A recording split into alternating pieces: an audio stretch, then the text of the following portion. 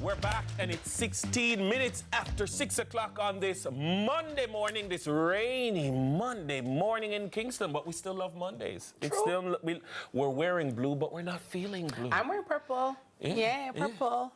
Yes. Yeah, purple Cocobellas, purple. And you know, it's that time for the headlines, and we're absolutely tickled pink that she's here this morning. She has a little pink on, too. Good morning, Teeks. Good morning, Dennis. Why are you so chipper on a Monday morning? How do you do that? Look, I can plug him in. You must have like 18 plate I have a full battery. charge. I have a full charge. I'm at 100%. I mean, and this is from morning, you know, from arrival in the studio, you know. I'm saying to myself, Dennis plug in, you know, the Duracell battery? Yeah. The Energizer buddy. And going. Yeah. I know, it's great. It's great to have this burst of energy in the morning. Indeed. Good morning to both. Indeed. Good morning, my love. How are you? I'm fantastic. How are you? Lovely. You want a $200 million house that's been going around? A $200 million house. I saw Jack it. Sale. I want If it. you're going to give it to me, I will. Would I buy it? I'm not sure. Carlton, Money Masterclass would have to teach me a few more lessons before I know how to, you know, I'm asking somebody to buy for me. I'm just saying.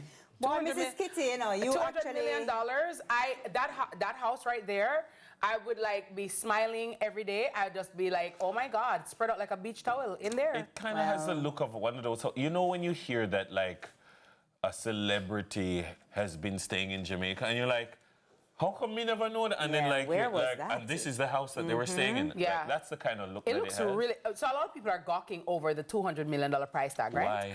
And as I said to people, right, some things are just not for some people. And obviously, like Ferrari markets to a certain market. Exactly. Audemars Piguet markets to a certain market.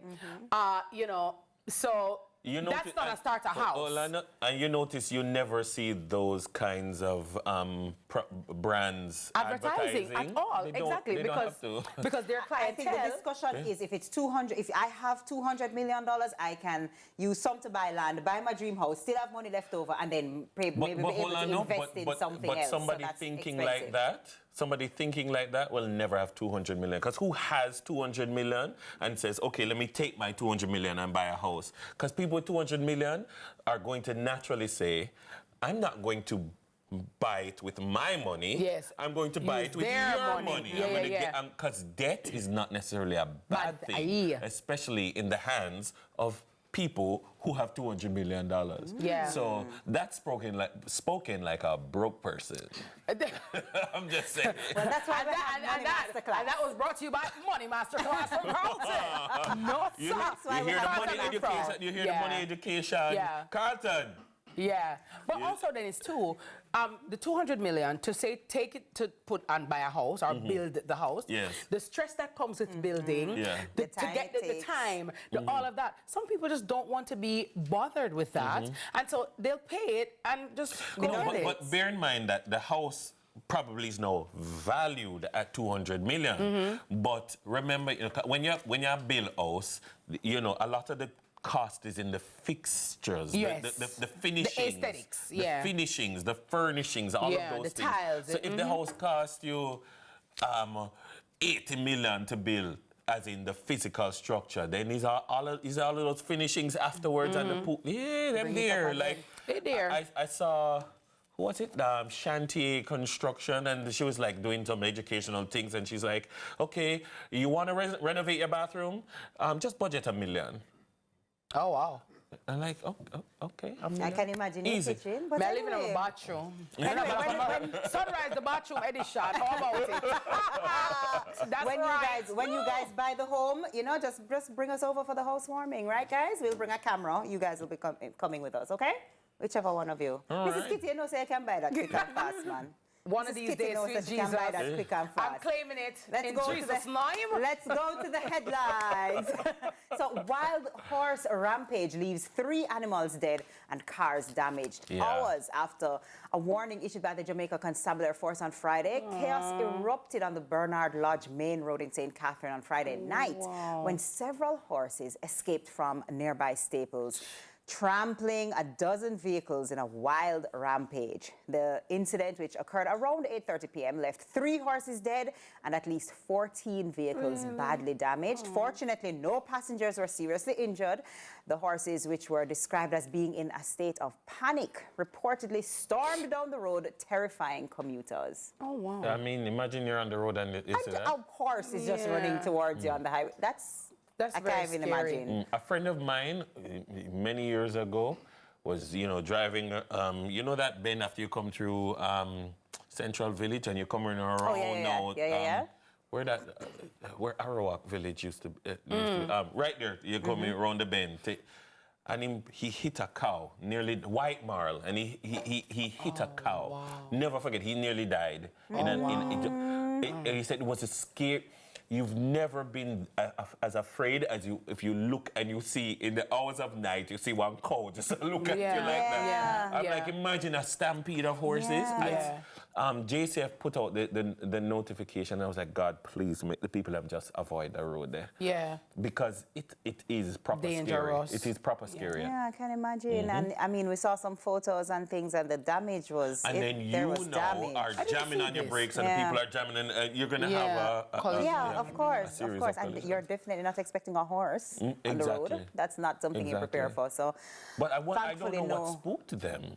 Yeah, that's what I was going to ask. If there was, I don't have any information as to what led to the horses escaping and panicking like that. I don't know, but I did hear that the horses were spooked and just broke out of their enclosure and just ran into the road, ran into oncoming traffic. So. Thankfully, and I also hope, no fatalities for humans. Let me not say. I was going to say I hope that the expensive horses, but I mean a dead horse is a dead horse. A dead horse. But let's not flog that dead horse. Yeah, no, for real. But so next up, Prime Minister Holness addresses members at UN Summit of the Future. The Most Honorable Andrew Holness addressed the attendees at the UN Summit of the Future. The summit seeks to create a collective legacy for a sustainable future for generations to come. The PM stated, for governments like mine, this effort will require the collaboration of the whole as we seek to embed future thinking in all our decision-making processes across national and local government. He also said, in Jamaica, my government has already begun to invest in anticipatory planning and future-proofing, recognizing first and foremost that a solid macroeconomic foundation is the most basic requirement. We have lowered our debt to GDP ratio, increased our foreign exchange reserves, reduced the unemployment rate, and achieved single-digit inflation, as well as financial sector stability. So that was his report at the summit. I saw bits and bobs, highlights of the speech. It's consistent with him and his policy agenda at these international functions. He's established himself as a voice on the blue economy and climate resilience and that kind of a thing, which is why he tends to get invited to a lot of these kinds of things. And even with the group of more developed nations, he has been a speaker there. So, it is clearly something that he is dedicated to making a part of his legacy. So, I expected him to speak on that. And I thought it was a good speech in relation to those issues, yeah. I just want a speech to matriculate into cash in my pocket so I can get my $200 million house. That's what I'm talking about. You're still on that story? I'm on it. I'm on it. I ain't lifting up. Yeah. The seed has been planted. Yeah. I got to tell you. May it flourish. May it flourish with Auntie virtue. Auntie coming and pulling, How you know? We have to play back that clip here. Yeah. Like TK, remember what we were laughing? Look at us now. Amen. Yeah, right. Well, guys, it's great to dream, so we have to just dream big. Yeah. That's it off it, TK. To speak it over my life, Mrs. Kitty. Speak it over me. It's going to have a vibe. Absolutely. And that's all the time we have for our headlines this morning, as TK was what was it? Tickled pink? She was tickled pink. Tickled pink. Only Dennis right here. We have our next What for News, so make sure you stay here. And from Cornwall College to China. Ni hao. Ni hao. Remember our fluency flex? Yes. Ni hao. We'll be making a link with an aspiring medical surgeon in Diaspora Link Up. You're watching Sunrise. Stay right here with us on CVM.